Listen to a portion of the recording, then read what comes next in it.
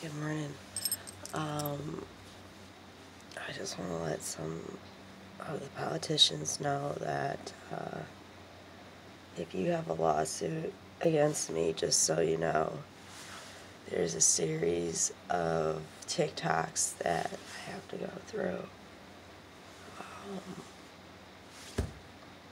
And you've already started it. I may look tired and I may feel weatherly sick, but you have no clue how tough I am to win a case over me when it comes to the First Amendment. Being extremely low income, you have no idea how powerful that First Amendment is. I am so sorry. I have woken up from a nap and I have a job interview to go to today, and it's the shittiest day ever. The next 3 days of rain, and it's weather I should be home sleeping in. But I really suggest you think long and hard about the meaning of the word courtesy. Really do, because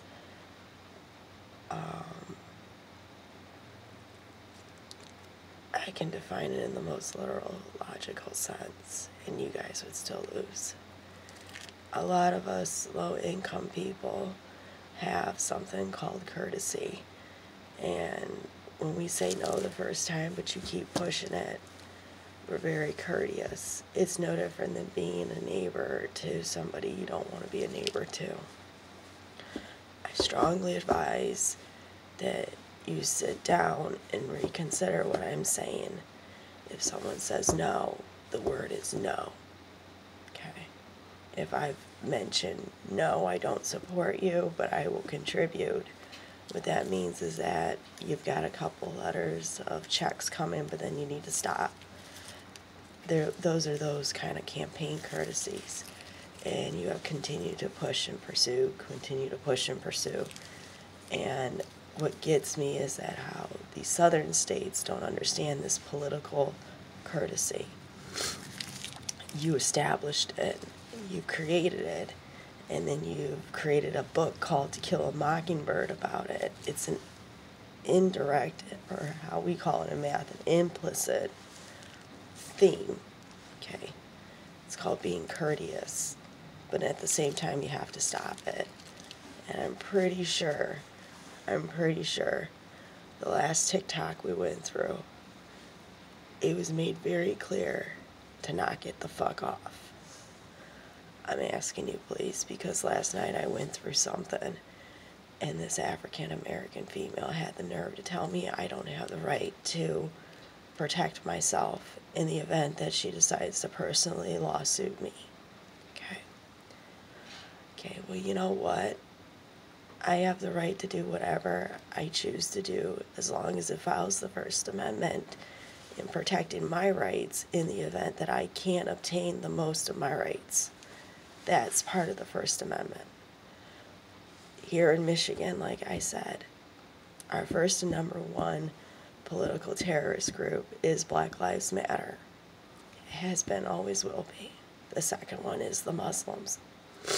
That has always been the case since George W. Bush's administration. So anybody that's denying that administration, you have to accept the fact, because we have Jeb to prove that his brother did serve as president for 8 long years, and during those 8 long years we did have an oil crisis, we did have a lot of things. So for the people here in Michigan denying it, it's not in other states, it's just here in Michigan and one other. You really need a AP Government and Law as well as an AP U.S. History fact check, big time. Okay. We're a messed up state, but we're a messed up state because of a lot of governors thinking they know what the hell they were doing. And our senators are too busy to play with that type of political science degree games. So I'm just letting Senator Peters know, and then all the new senators, that it's coming on to gasoline territory.